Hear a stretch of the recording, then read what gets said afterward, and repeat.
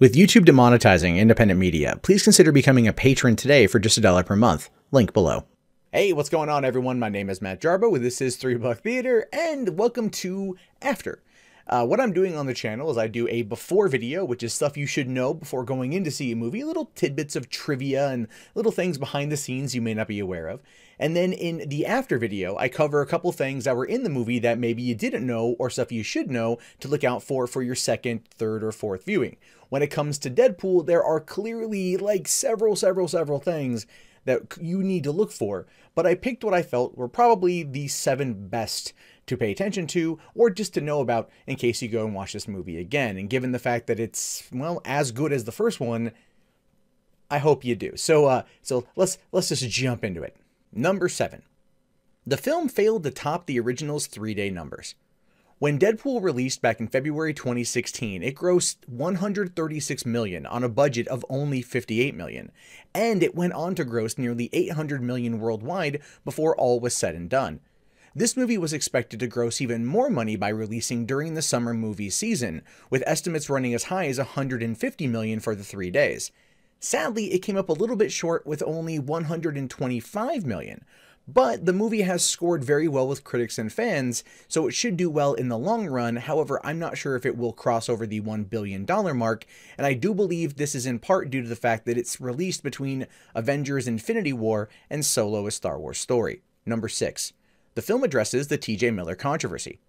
Back in December 2017, actor T.J. Miller, who plays Weasel in the film, was accused of sexual misconduct by an ex-girlfriend. The running gag on the internet was to replace T.J. Miller with Christopher Plummer after he did that with Kevin Spacey for All the Money in the World.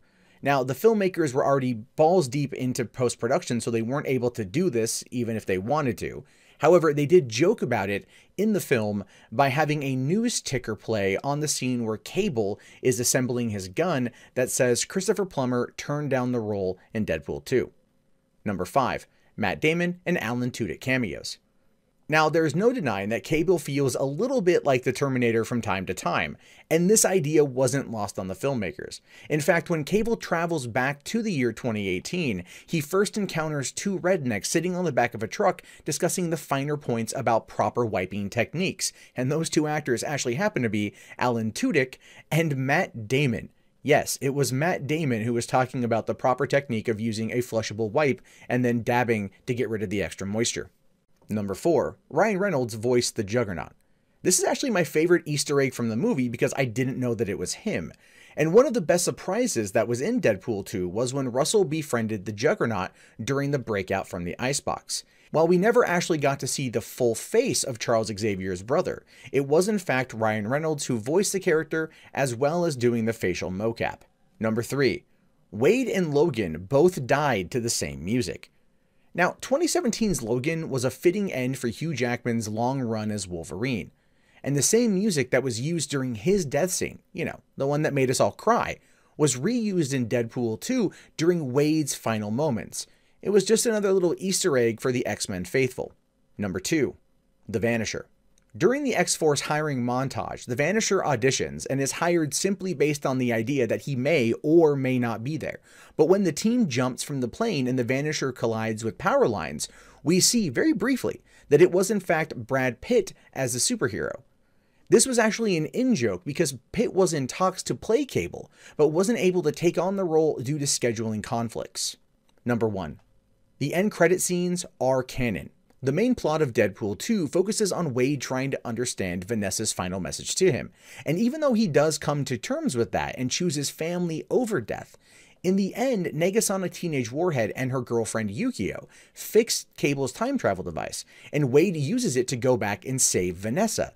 According to Rhett Reese and Paul Wernick, this is now canon, so even though Weasel won't be back in the sequels, Vanessa will be. However, the rest of X-Force, outside of Peter, is still dead, as well as the other Deadpool. And quite frankly, nothing of value was lost with that. So there you have it, guys. There's just 7 things you may not have known about the movie when you first watched it, and now that you do, you're loaded with some good trivia for when you go back and see the movie again, or you watch it on home video, or if you're talking with your friends and you want to sound like a smug elitist movie prick, kind of like me. You want to do that here's some information for you. Anyway, I really appreciate you guys watching this. If you haven't already, please thumbs up the video, subscribe to the channel, check back often for more of these types of videos. They won't be for everything, but I figure for like big blockbusters, these would kind of be fun to do, or maybe some movies that you just don't quite know about yet.